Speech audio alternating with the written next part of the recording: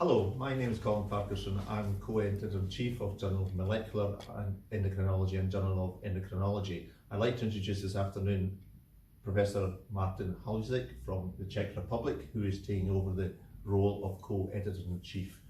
Martin, welcome. Thank you very much, Colin. So maybe as an introduction, would you like to give us a background to your day-to-day work in the Czech Republic? Yes, so I'm doing partially clinical work and also partially the experimental work.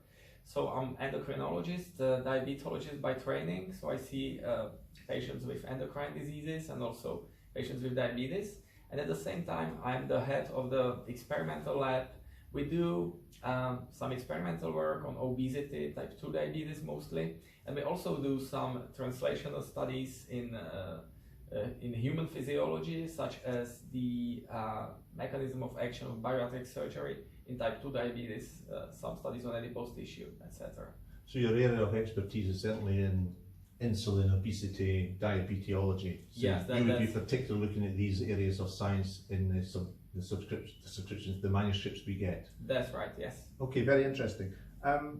Moving on to maybe your previous years, what do you think your highlight of your scientific career is, or was, I should say? Yeah. Maybe still to come.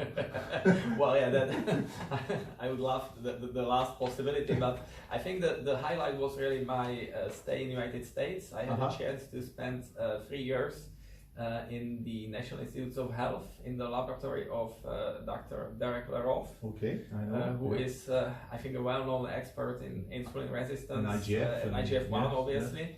So I think that was really time of my life, and I think a lot of good things and a lot of good experience came from there, and also my experimental background is mostly from this day. When were you there? How long ago? It's been some time ago. Unfortunately, it was from 2000 to 2002. So okay. Yeah, quite a few years ago. Okay, so looking forward to a new position within the journals. Do you see any major shift in the type of manuscripts, type of studies that we will accept in the two journals? Yeah, well, I wouldn't say a major shift. I think that both journals are in a great shape. So maybe just looking at my background, I think it might be interesting to get some more manuscripts sort of from the translational field, from human physiology in the endocrine diseases, obesity, type 2 diabetes. So that might be just a little addition, but not a major shift, so I think. In addition to using animal models, zebrafish, mice, rats, we may look at humans as the models. Yes, I think that, yeah. Well, that's slightly. But yeah, I mean, it's always good to see that the changes we see in experimental models are also applicable to humans. To humans, absolutely. Yes. So my last question is, what would you like to see the journals go to in your tenure as co-editor-in-chief? What would you like to achieve? Well, first of all, I would like to maintain an excellent work and excellent shape of the journals that it's up to now. And then I think it would be nice for both Journal of Endocrinology and Journal of Molecular Endocrinology to be the first choice for somebody who is doing experimental research in endocrinology, and also for somebody who is doing translational research. Okay. I think we have all the support we need. We have excellent publisher, excellent editorial team. So I would agree. Hopefully, yes, absolutely. We'll get there. Yeah, and if I may, Colin, I also have, as you know, incoming co-editor-in-chief. Okay. I would like to gain some experience from you. So if you can just tell me what was the most difficult thing being co-editor-in-chief from your point of view? Okay. Well, it continues to be the most difficult thing. I think with the journals doing so well, and the impact factor is increasing, it's increased last year, is the deciding which papers or manuscripts, I should say, we should be accepting, because it's getting harder and harder, because the quality is increasing, but we can only accept a small percentage, right. 20-30%. So clearly the top manuscripts get in, and unfortunately we see some papers that are easy to make. It's that grey area in the middle that we have to be sometimes, but we'll have to be tough, but we have to be fair, and our decisions have to be based on expert reviews. So it's making these decisions, and clearly we are going to disappoint some authors, but the only way of maintaining the standards and increasing the impact factors and the reputation of the journals is to accept the best we can, and that unfortunately means maybe rejecting some